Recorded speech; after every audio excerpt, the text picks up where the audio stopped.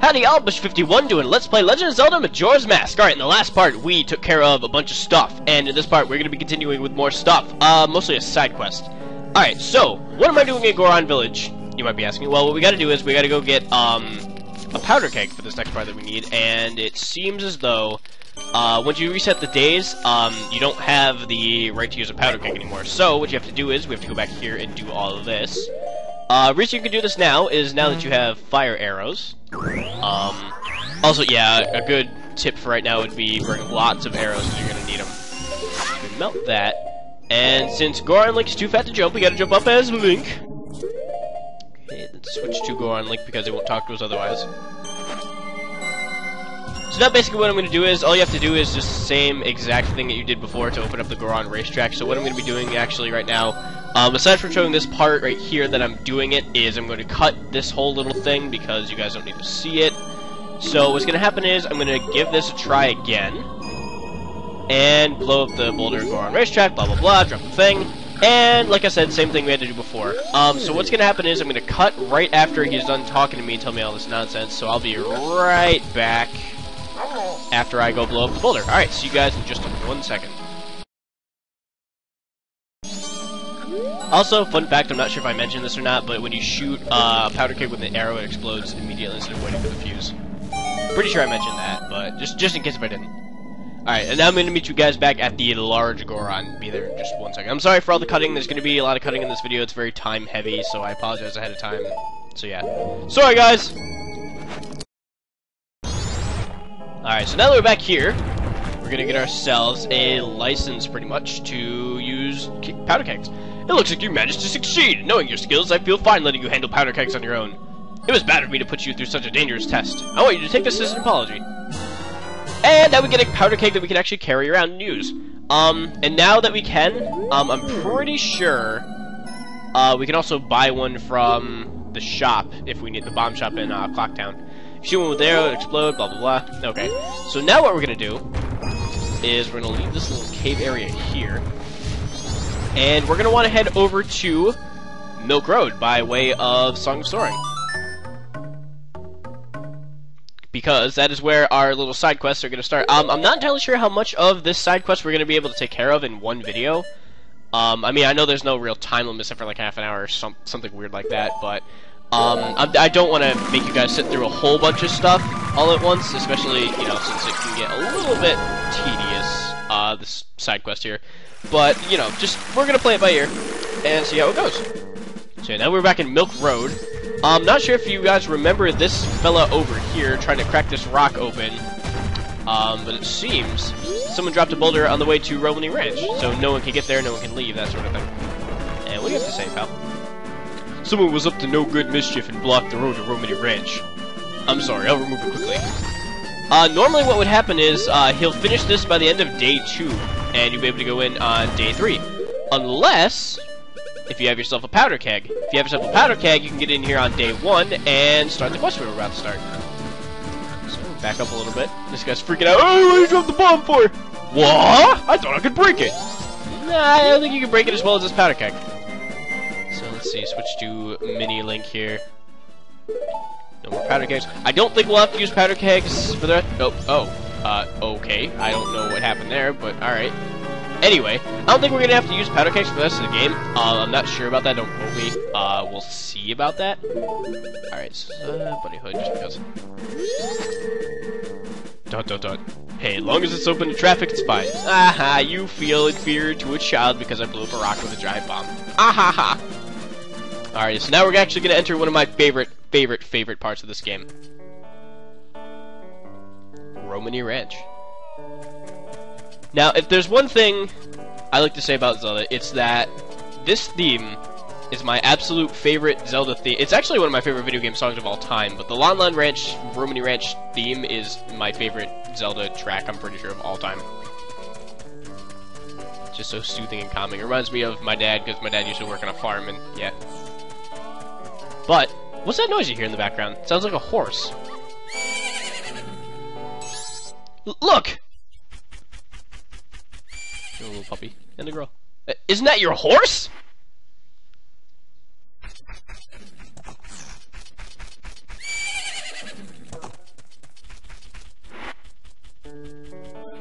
Where's my horse? That's right, Epona's actually been here this whole time. I don't know what Skull Kid was talking about when he said he took care of it, but, well, Epona's here now. But how in the world are we supposed to get Epona? Well, actually, what we gotta do is we have to talk to... Where'd you go? This girl over here. Who looks very, very familiar. I don't know if anyone has ever played Ocarina of Time. Hey, who are you? I'm Romani. I was given the same name as the ranch. What's your name? You can say Link, or I won't say my name. I'm just gonna be polite and say Link. Link? That's a nice name, but... How about Grasshopper? That's the name Romani gives you. Yeah, sometimes she speaks in third person, it's kind of weird. See, you're wearing green clothes, and you patter about when you walk, so Grasshopper it is. Romani was practicing for tonight. Tonight. They are coming. I'm gonna warn you right now, this is one of the weirder parts about Majora's Mask. They come at night, every year when the carnival approaches.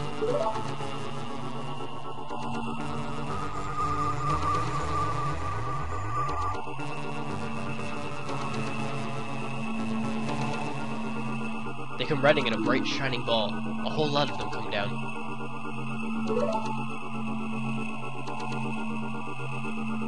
And then, they come to the barn.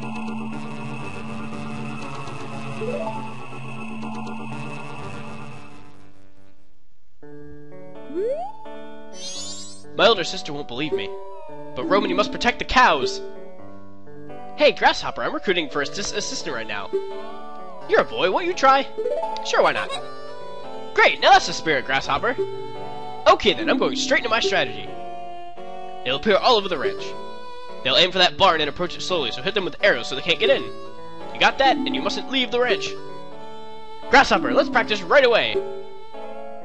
There are 10 ghost-shaped balloons in the ranch, so hurry and bush them all. If you take over 2 minutes, you're out. The current record is a minute. Are you ready? Yeah, so, long story short, someone decided to buy from the myth that aliens abduct cows and do I don't know what with them. So now we have to go shoot alien balloons. If you take a look at the mini-map down at the bottom right-hand corner, those white dots that are moving around, or not moving around, but that are sprawled about the map, those are the balloons, and those are also going to be the alien guys that we got to fight off later on. Also, I want to see if you guys can get involved in this. If you guys ever get to this part, I want to see if you can beat my time. I don't think my time's going to be spectacular, because shooting and riding is actually a little tough for me. I don't know about the rest of you guys, but... I mean, you could also just spam arrows like you could in the shooting galleries or whatever, but if you guys could, if you want to challenge my time and see if you can beat me, post a video response. I'm actually interested to see if you guys can do this as well, or better if I can. Probably better, because I'm, you know, missing every so often, and kind of just running around, and oh, getting stuck behind buildings and trees. Ah! I'm a terrible horseman. Alright, we have this last one here, and ooh, hey! Wow, I actually did better than my practice run. By like 10 seconds. So I did it under a minute, that's not bad. 55.71, amazing, it's a new record! You two work perfectly together. Well, yeah, it's my horse. I'll teach Romani's horse calling song to you, Grasshopper. Now you two keep getting along, you go practice some more. Horse song seems to like this song. Sound familiar?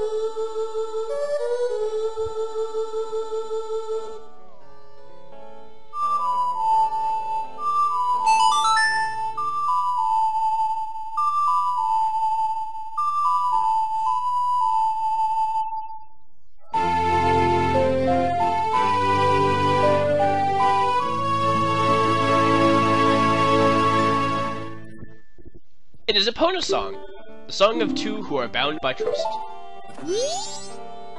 When your arrow hits these, they burst into nothing, but the real ones keep popping up. If they get into the barn, we lose. They run away at the first light of the sun, so we'll have to keep fending them off until then.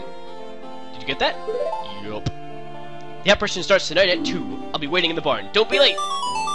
You've taken on the job of nighttime assistant. This was added to your notebook. Alright, so long story short, what we have to do is we have to wait until approximately 2:15, 2:30 in the morning, the first day. So what's going to happen right now is I'm actually going to speed up time, and then I'm going to cut to that time where we're supposed to start doing things. Alright, so I'll see you guys in just a little second here.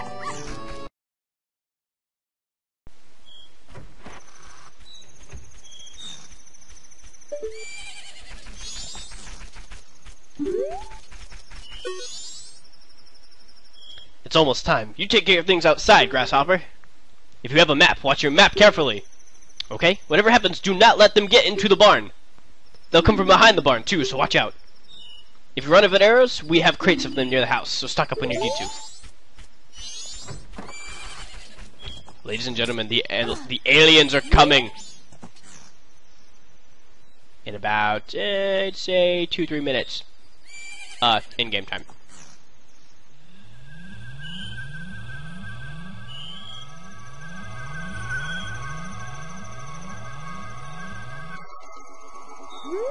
Here they are.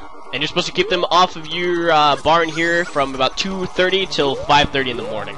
Now, something that makes this ridiculously easy is you can take out your ocarina and do the inverted Song of Time, which cuts time, I wouldn't say in about half. This is like third half, something like that. It makes it a lot slower, basically. So, what happens is, the aliens also move slower. Aliens. Don't get it. Don't know why they're affected by this, but any of those white dots you see moving on your minimap are aliens. You can't hit them with anything but arrows, and what makes this really easy too is sometimes they drop a crap load of arrows, so it's not like you're going to be running out of any arrows anytime soon. Also a nice little area to snipe from, I guess, is up here. If you just go up this ladder, you can pretty much see every single alien in the entire place. This side quest really isn't that hard at all if you do all these things. The problem is that this just takes forever to do. Like, it's really, really tedious. But, see, look, I can just hit him from however long away. And I like the interesting, like, sun glare effect thing, too. Another reason why I like Majora's Mask is actually this, like, mission right here. The fact that they just take the idea of aliens and put them into Zelda and is like, alright, you guys can run with this. Remember way back when people were like, they'd be stealing my aliens from my barn and blah blah blah. Well, now it's in a video game, in a Zelda game no less. But since this is pretty much going to be really tedious, I guess I'm going to do what I promised I'd do a while ago, and give a little bit of an update on my personal life. Like, if you guys don't really care, feel free to skip ahead in the video. I'll be sure to post tell you guys when you can skip to be able to go to the end of this little quest here, because this is going to take a little while since it's twice as long or whatever. But anyway, long story short, I haven't been uploading for a while because recently I moved into a new apartment. I don't know if you guys knew that I moved into an apartment before, but I just moved into a new one with a couple friends from work. And we didn't have internet for a while, and now we do, and I have motivation to do LPs and blah blah blah. Also, something that's really been spectacular is I got myself a cat. And long story short, what happened was when I was a lot younger, and I used to live in my parents' house, I always asked my parents why we couldn't have pets in the house, because a long time ago my parents had a dog, but since then we never had any pets in the house. And I guess what my mother told the rest of my family was because of daycare. My mother runs a daycare out of our house, and how it works is, I guess supposedly you're not supposed to have any pets because of the potential allergies that the kids might have. But the thing is, what happened was that was entirely debunked, because I asked my mom one night, a couple days back, why we never had pets in the house. I was like, oh, it was probably because, or actually, she didn't know that I wanted a cat, because I'm a huge fan of cats, and, whatever. But I asked her why we could never have pets, and she said that wasn't the case. Me, my brother, and my father were like, what do you mean that wasn't the case? You always told us that it was because of daycare. And she's like, oh, did I really say that? I didn't mean that. And I was like, ugh, what? All this time I could have had a little kitten of my own. But yeah, anyway, long story short, I found a cat. What happened was, in my old apartment, one night me and my roommate at the time were bringing in groceries. And this cat came up to us. It was a stray cat. Didn't have a collar on it or anything. And he just started, like, rubbing up against us, meowing at us, being like, meow, meow, meow. And we were like, oh, jeez. So we stayed and hung out with the cat for a while and just kind of talked back and forth. Suddenly, when I sat down to get a closer look at the cat, what he did was the cat just walked right up to me and just laid in my lap and just looked up at me and started meowing at me. And I was like, my roommate, his name is John. I was laughing. I was like, John, can we keep the cat, please? Like, I was just kidding. I didn't know he'd actually go for it. But he did. He was like, do you really want to keep the cat? I was like, yes, absolutely. I've always wanted a cat. So, now I have a cat, and his name is Ness. I named him I named him after the Earthbound character. If for those of you who don't know what Ness is significant to me for, because I really like Earthbound and all that stuff. But yeah, aside from that, I don't really think there's much else that I wanted to talk about. Except for the fact that there are a lot of freaking aliens in that little ball of light. You know, it would have really completed the picture if they took like a UFO from freaking Earthbound or something. It was just like, oh yeah, by the way, these aliens from the UFO, cute UFOs, little UFOs, all that kind of silly nonsense. Except they're slow as molasses in January. I mean, seriously, look at it. This is pathetic. I'm watching you. Look at this. Alien. Nope, absolutely not. And I'm gonna take what you drop. Doink. This is such a weird side quest too. I just think it's hilarious. That kind of like parody on the whole, you know, watch out for them there aliens in your barn and blah blah to take your cows away. But I don't know. That's kind of why I love this game too. Like sometimes this game can get really dark and really like deep and brooding and stuff. But sometimes you just do silly things like this, like fighting off aliens on a farm with your arrows on top of a roof of a house by a barn where your horse is held captive, I guess. Because the way friggin' Skull Kid makes it sound, it's like, oh, by the way, I killed your horse and now it's blue. It's like, no, I just kind of left it at the local ranch because I didn't really know what else to do with it. It's like, oh, okay, so I guess Skull Kid's not all that bad. Or maybe it is, and I don't know, I'm just trying to make an excuse for him. Who knows? Who cares? Come on, aliens. You know what? I don't even know if it's worth it to shoot anymore. Because I feel like they're gonna run out of time because it's almost 5:15, and like I said, they go away at like 5:30. So come on, shoot them all, shoot them up, shoot them up. Do it. Also, something I like to mention: I don't really feel it's necessary to use Epona here. Oh, never mind, 5:15.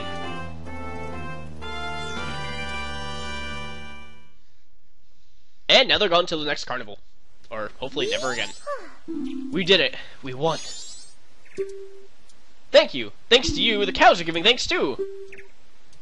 Here's Romani's thanks. When you drink it, put your hand on your hip and take a big gulp like we do here at the ranch.